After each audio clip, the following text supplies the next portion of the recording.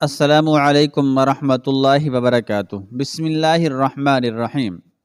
پجاری رام سروپ شجاع الدین کامران کو لے کر اپنے کمرے میں آیا، جہاں سردار نرسنگا کا آدمی پہلے سے موجود تھا۔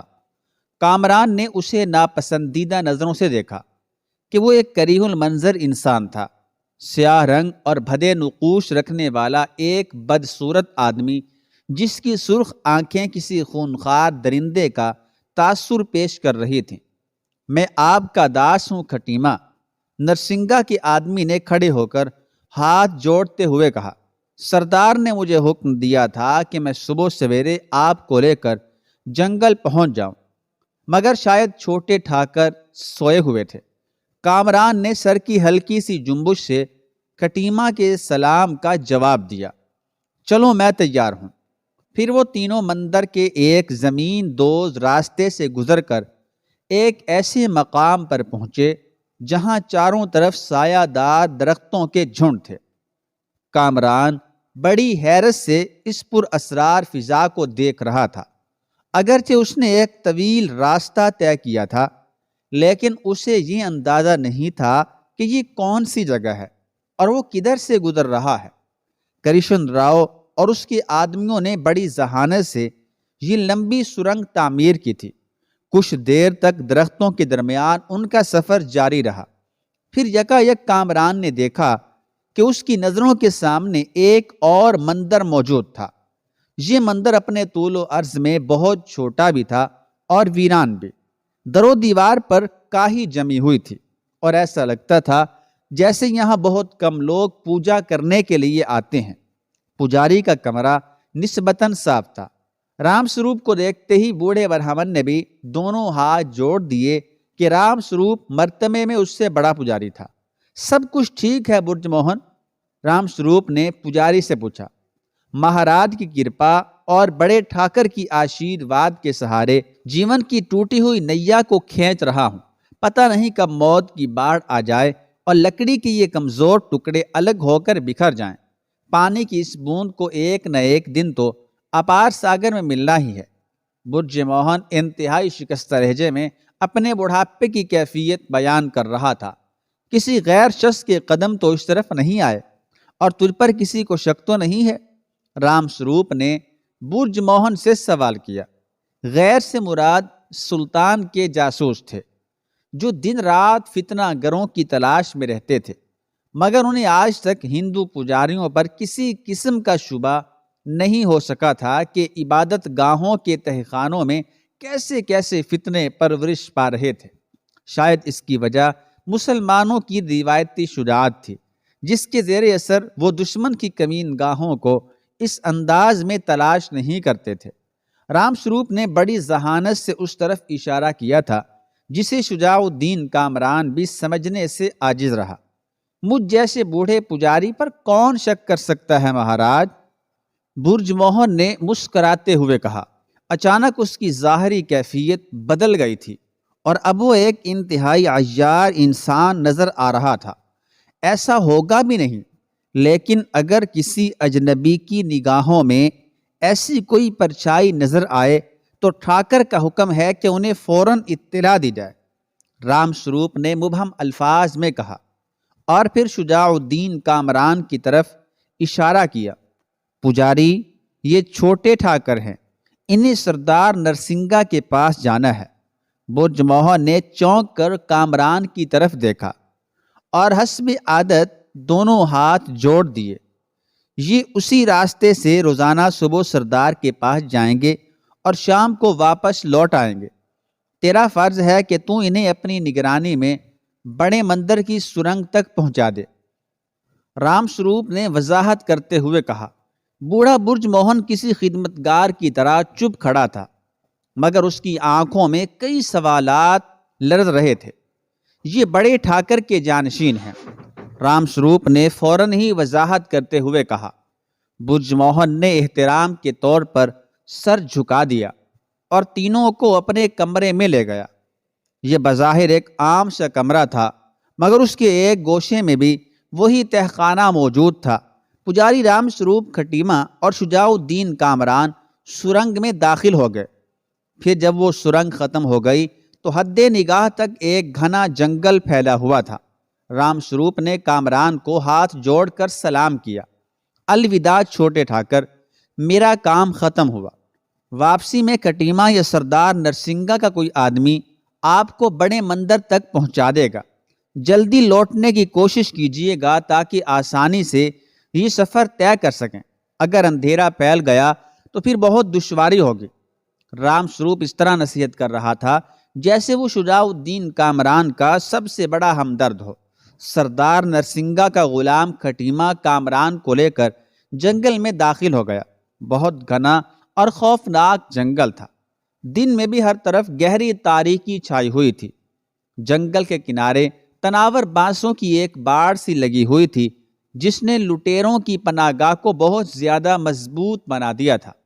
الجھے ہوئے کانٹوں کی یہ فصیل پتھروں کی کسی فصیل سے کم نہیں تھی۔ اگر بانسوں کو کاٹ کر درمیان میں راستہ نہ بنایا جاتا تو باعث سے آنے والا کوئی شخص جنگل میں داخل بھی نہیں ہو سکتا تھا۔ شجاع الدین کامران کھٹیما کے ساتھ ساتھ ہر شے کو بڑی حیرت سے دیکھتا ہوا آگے بڑھ رہا تھا۔ راستے میں اسے کئی سانولی اور سیاہ عورتیں نظر آئیں۔ کامران عورتوں کو دیکھ کر گھبرا سا گیا۔ وہ عورتوں کی نیم عریانی سے دہشت زدہ نظر آ رہا تھا۔ اس نے پہلی بار آدم زادوں کو اس حالت میں دیکھا تھا۔ یہ کون ہیں؟ یہ ہماری بیٹیاں، بہنیں اور بیویاں ہیں، کھٹیما نے جواب دیا۔ کامران نے دوبارہ کوئی سوال نہیں کیا۔ ایک انتہائی مخدوش اور حساس علاقے سے گزر رہا تھا، اس لیے خاموشی ہی میں اس نے اپنی عافیت سمجھی۔ جگہ جگہ جھونپڑیاں بنی ہوئی تھیں جنہیں دیکھ کر اندازہ ہوتا تھا کہ یہ جنگل میں رہنے والے لوگوں کے مکانات ہیں۔ قدم قدم پر کامران کو نیم وحشی انسان دکھائی دے رہے تھے جن کے بدن جلے ہوئے کوئلے کی طرح سیاہ تھے۔ چمکتے ہوئے سفید دانتوں، اگلی ہوئی سرخ آنکھوں اور مختصر سے کپڑوں میں وہ لوگ ایک عجیب و غریب مخلوق نظر آتے تھے۔ ان کے کاندھوں پر کمانیں لگی ہوئی تھیں اور پنڈلیوں سے بڑے بڑے چھرے بندھے ہوئے تھے۔ یہ تمام وحشی لٹیرے بڑی خونخوار نظروں سے کامران کی طرف دیکھتے تھے، مگر جیسے ہی کھٹیما کی آواز بلند ہوتی، جے نرسنگا، تو یہ قزاق بھی جواب میں نعرے لگانے لگتے۔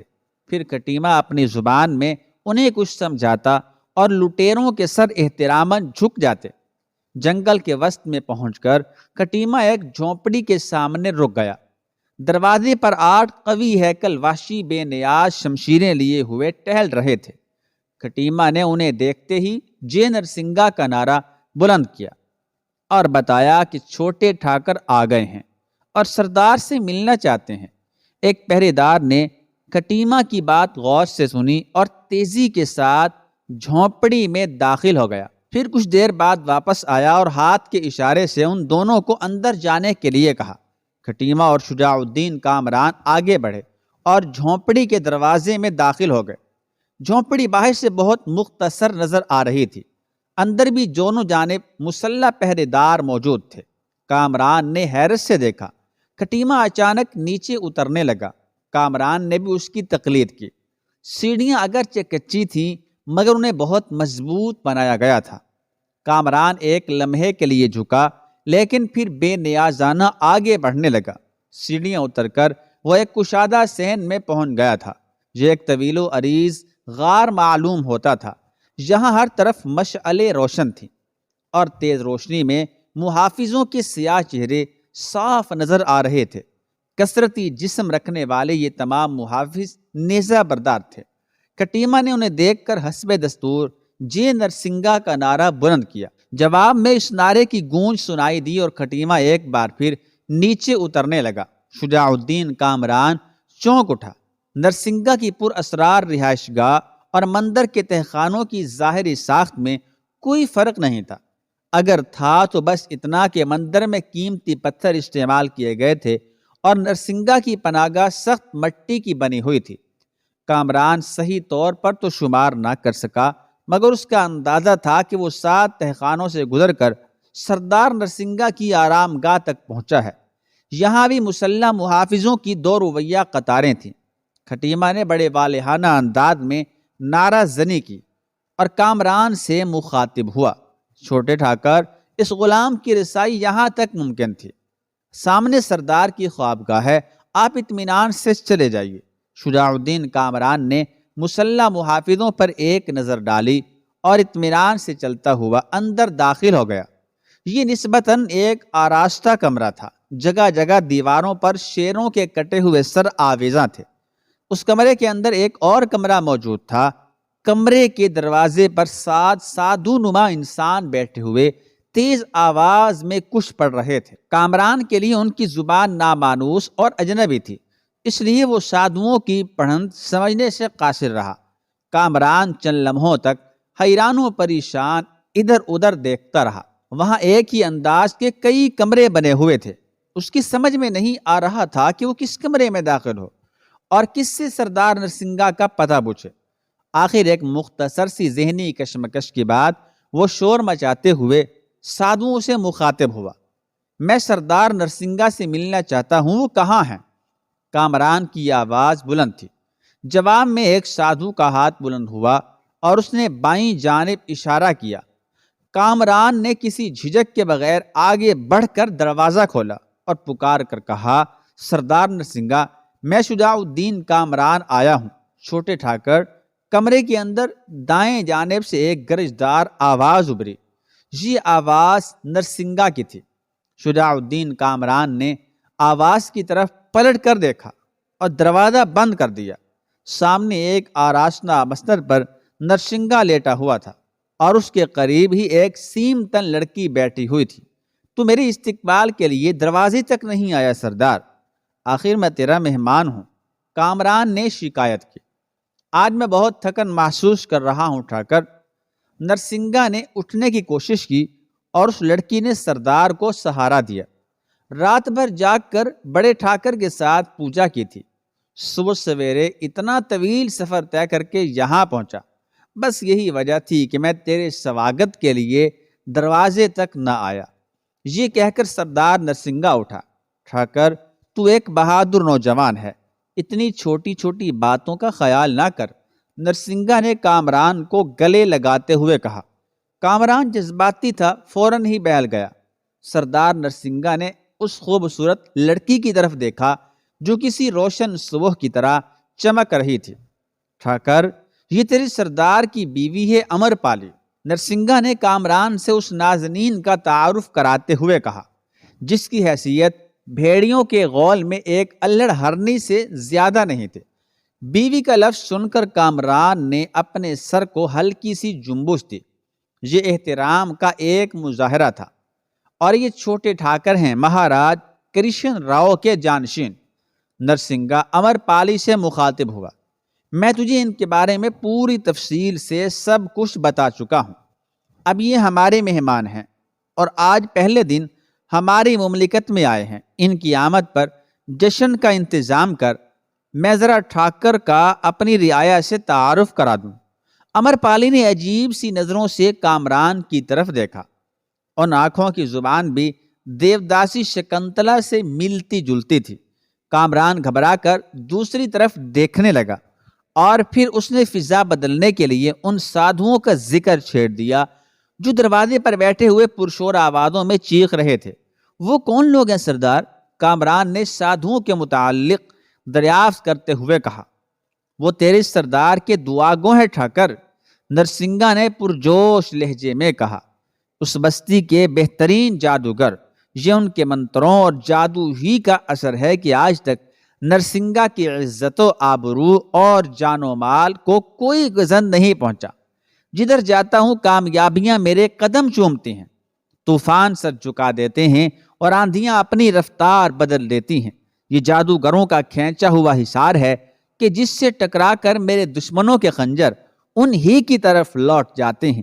وہ بڑے لوگ ہیں ٹھاکر، بہت بڑے لوگ۔ کامران کا ذہن ایک بار پھر الجھ کر رہ گیا۔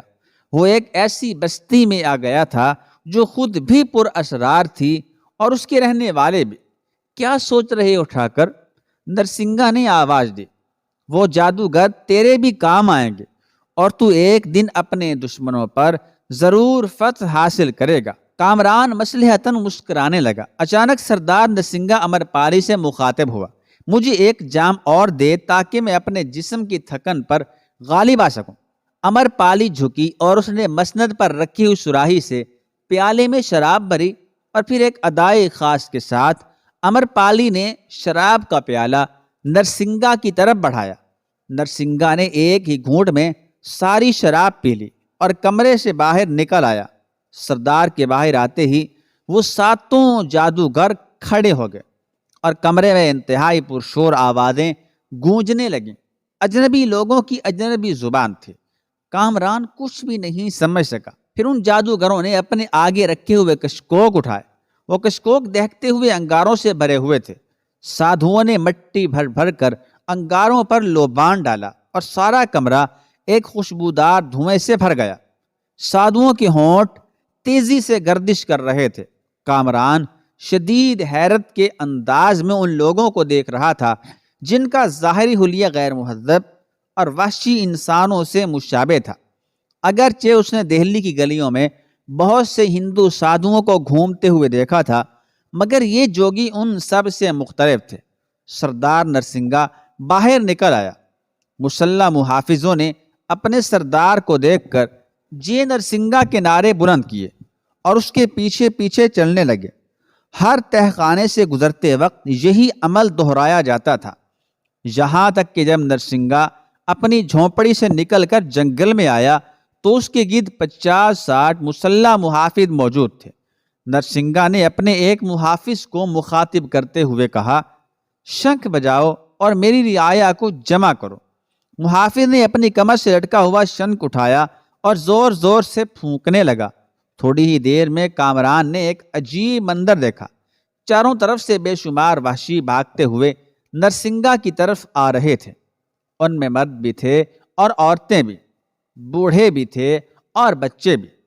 یہ تمام وحشی قریب پہنچتے ہی نرسنگا کا نام لے کر جےکار کرتے اور پھر فوراً ہی سجدہ ریز ہو جاتے۔ کامران حیرت زدہ تھا۔ سارے جنگلی اس طرح نرسنگا کے سامنے اوندھے پڑے ہوئے تھے جیسے وہ کوئی حقیر مخلوق ہو اور نرسنگا ان کا دیوتا ہو۔ پھر جب سارے وحشی جمع ہو گئے تو نرسنگا نے انہیں کھڑے ہونے کا حکم دیا۔ بس جنبش لب کی دیر تھی۔ تمام جنگلی انتہائی فرما بردار غلاموں کی طرح ایستادہ ہو گئے۔ یہ چھوٹے ٹھاکر ہیں مہاراج کرشن راؤ کے جانشین۔ نرسنگا نے شجاع الدین کامران کے کاندھے پر ہاتھ رکھتے ہوئے کہا، مہاراج کے رشتے سے اب یہ تمہارے لیے بھی محترم ہیں۔ انہیں غور سے دیکھ اور سمجھ لو کہ اس جنگل میں میرے بعد یہی سردار کی حیثیت رکھتے ہیں۔ جواب میں وحشیوں نے چھوٹے ٹھاکر کی عظمتوں کا نعرہ بلند کیا اور پورا جنگل اس شور سے گونج اٹھا۔ اب اپنے کاموں پر واپس جاؤ۔ شور کم ہوا تو نرسنگا نے چیخ کر کہا۔ اس کا دایاں ہاتھ فضا میں بلند تھا اور تمام جنگلی الٹے قدموں واپس جا رہے تھے۔ اچانک وحشیوں کی اگلی قطار سے ایک دراز قامت اور توانا شخص آگے بڑھا۔ اس نے اپنے دونوں گھٹنے ٹیک کر اور سر جھکا کر کانپتی ہوئی آواز میں کہا، سردار، وہ پاپی نانکاری آپ کے فیصلے کا انتظار کر رہا ہے۔ ہاں، مجھے یاد آیا۔ کہاں ہے وہ گندی ماں کا گندا بیٹا؟ نرسنگا اس طرح چیخا جیسے کئی دن کا بھوکا شیر دھاڑ رہا ہو۔ اسے آپ کے حکم کے مطابق درخت سے لٹکا دیا گیا ہے۔ چلو میں اس کے جرم کی سزا سنا دوں، نرسنگا نے کہا اور تیز قدموں سے آگے بڑھا۔ پھر جنگل کے درمیان میں ایک جگہ رک کر اس نے دیکھا، سامنے برگد کے ایک درخت سے ایک شخص لٹک رہا تھا۔ نرسنگا نے اس پر حقارت آمیز نظر ڈالی اور اپنے خدمتگار کو دوبارہ شنکھ پھونکنے کا حکم دیا۔ شنکھ کی آواز گونجتے ہی جنگل میں ایک طوفان سا آ گیا اور چاروں طرف بھگدڑ سی مچ گئی۔ تمام وحشی دوبارہ اس درخت کے پاس جمع ہونے لگے۔ پھر جب سارے جنگلی ایک مرکز پر سمٹ آئے تو نرسنگا اس شخص سے مخاطب ہوا جس کا نام نانکاری تھا اور جو انتہائی اذیت ناک حالت میں درخت سے بندھا ہوا لٹک رہا تھا۔ اور حقیر کیڑے، تو اپنی حیثیت بھول گیا اور سردار نرسنگا کے نظام سے بغاوت کرنے لگا؟ مجھے معاف کر دے سردار کہ وہ میری بڑی بھول تھی۔ مجھے میرے پاگل دماغ نے بہکا دیا تھا، مگر اب میں اپنے گناہوں سے توبہ کر چکا ہوں اور نرسنگا سے رحم کی بھیک مانگتا ہوں۔ وہ نرسنگا جو مہان ہے اور امر ہے، جس سے موت بھی بچ کر چلتی ہے اور جس کے فیصلے کے خلاف کوئی احتجاج نہیں کر سکتا۔ نانکاری کسی بھکاری کی طرح گڑ گرا رہا تھا، نہیں نانکاری ہرگز نہیں۔ نرسنگا پوری طاقت سے چیخا، تو بڑا پاپی ہے، دیوتا کسی انسان کے بڑے سے بڑے گناہ کو معاف کر سکتے ہیں، مگر نرسنگا کے قانون میں معافی کا کوئی لفظ موجود نہیں۔ تو نے دیوی کے قدموں میں سر جھکا کر عہد کیا تھا کہ کبھی اپنے سردار سے بے وفائی نہیں کرے گا، مگر سارا جنگل گواہ ہے کہ تو نے اپنے عہد کو توڑ دیا۔ میں کھینچے ہوئے دائرے سے نکلنے کی کوشش کی اور اپنے پیروں کی طرف نہیں دیکھا کہ وہ نرسنگا کی اٹوٹ زنجیروں میں جکڑے ہوئے ہیں۔ یہ کہہ کر نرسنگا نے اپنے ایک خدمتگار سے تیر و کمان طلب کیے۔ نانکاری چیخا، رحم نرسنگا رحم۔ نرسنگا ہذیانی انداز میں ہنسا۔ اس نے کمان میں تیر جوڑا اور نانکاری کے جسم کا نشانہ لیا۔ تمام وحشیوں نے پرشور آوازوں میں گانا شروع کر دیا۔ نرسنگا عظیم ہے، جنگل کے ایک ایک گوشے پر اس کے بنائے ہوئے قانون کی حکمرانی ہے، ہم سب اس کے غلام ہیں۔ کسی میں اتنی ہمت نہیں کہ اس کے سامنے سرکشی اختیار کر سکے۔ جب وہ قہر کی حالت میں نمودار ہوتا ہے تو غداروں کے لیے موت بن جاتا ہے۔ وہ ارجن کا نام لیوا ہے، اس کا تیر بھی خطا نہیں کرتا۔ پھر جیسے ہی وحشیوں کا گیت ختم ہوا، نرسنگا کے طاقتور بازوؤں کی رگیں ابھر آئیں اور دوسرے ہی لمحے نانکاری کی چیخ سے گرد و پیش کی فضا لرز اٹھی۔ نرسنگا کا تیر نانکاری کے دل میں پیوست ہو چکا تھا اور وہ کسی ذبح کیے جانے والے جانور کی طرح تڑپ رہا تھا۔ اس کے جسم کے ایک ایک روئے میں اپنے تیر پرو دو۔ نرسنگا نے خدمتگار کو کمان واپس کرتے ہوئے کہا۔ ابھی جنگل کی پرہول فضاؤں میں نرسنگا کے جابرانہ حکم کی گونج باقی تھی کہ تمام مسلح پہرے داروں نے اپنی کمانیں چڑھائیں اور پھر نانکاری کی لاش پر تیروں کی بارش ہونے لگی، یہاں تک کہ مرنے والے کے بدن میں ہدف بننے کی کوئی گنجائش باقی نہ رہی۔